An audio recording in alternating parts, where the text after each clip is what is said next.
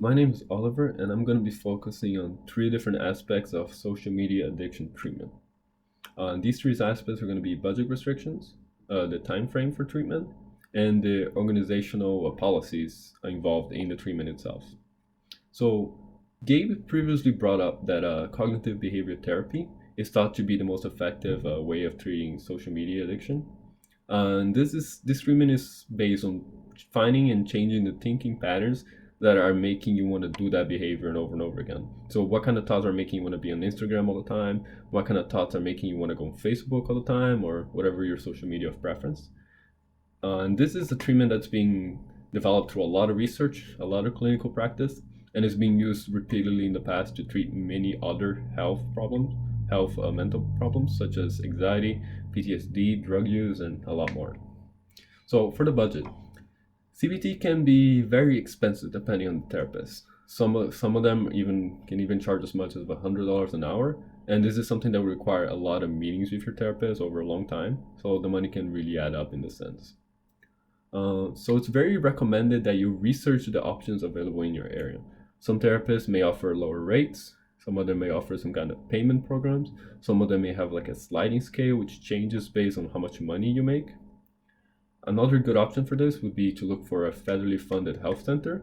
They almost always have some kind of low cost option or almost always have a sliding scale as well.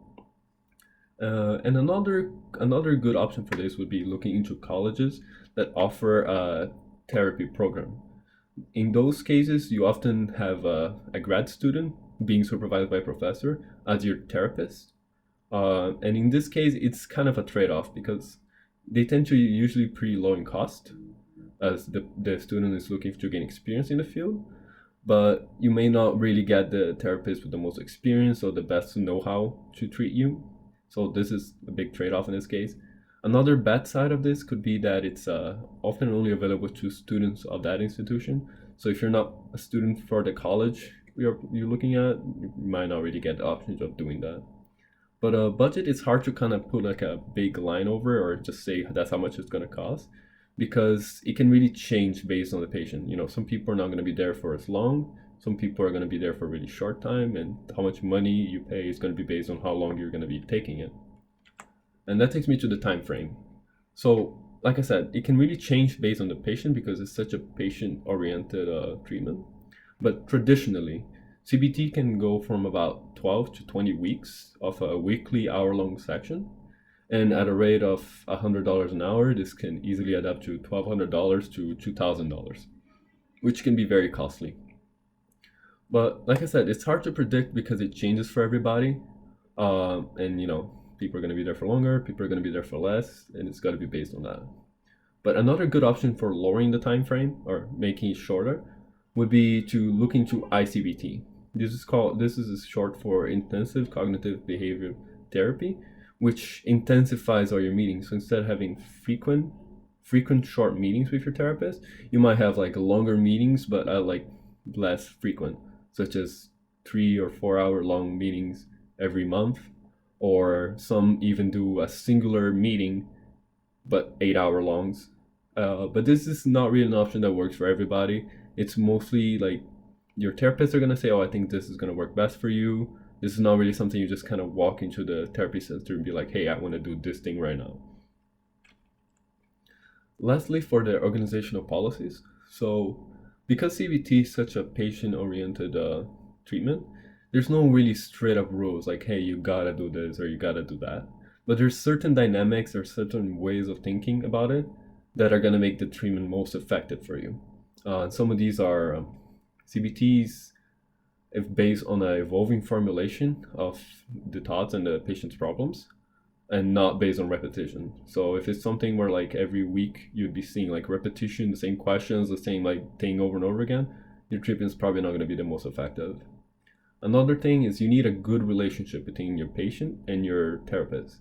Because if the patient doesn't feel like their therapist is something they can trust and be open with, you're probably not going to be putting out there all the thoughts and everything that's involved in the issue, into your addiction problem, and your treatment's not going to be the most effective if the therapist can't really address those very well. Another one is CBT is focused on cooperation and being active. So you need to be actively learning from those meetings and putting them into work, and actually trying to do those ways of thinking. And that's how you're going to get treated. If you're not willing to apply any of that information, your treatment's probably not going to be very effective.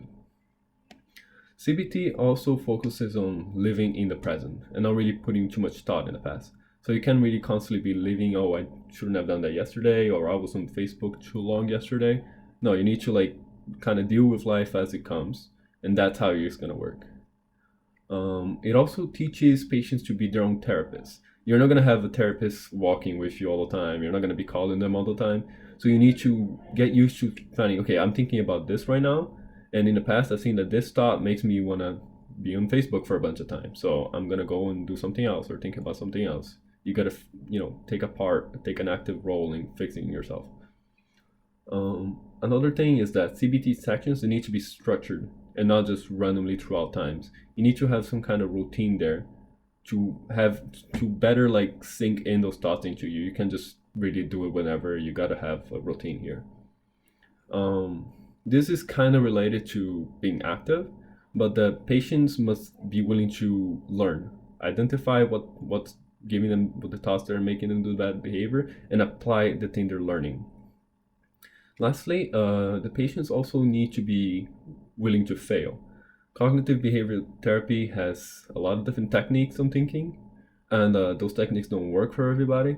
And if you try one of them and they're not working for you and you're failing at that one, you can't just take off and be done with it and say that CBT doesn't work with you. It's something that's a trial and error, and you need to try many different strategies for that. So next up, Sean is going to be talking about future research and possible suggestions for research. And social media addiction is a fairly new issue, and there's a lot of research going on in progress. So there's a lot to be said there.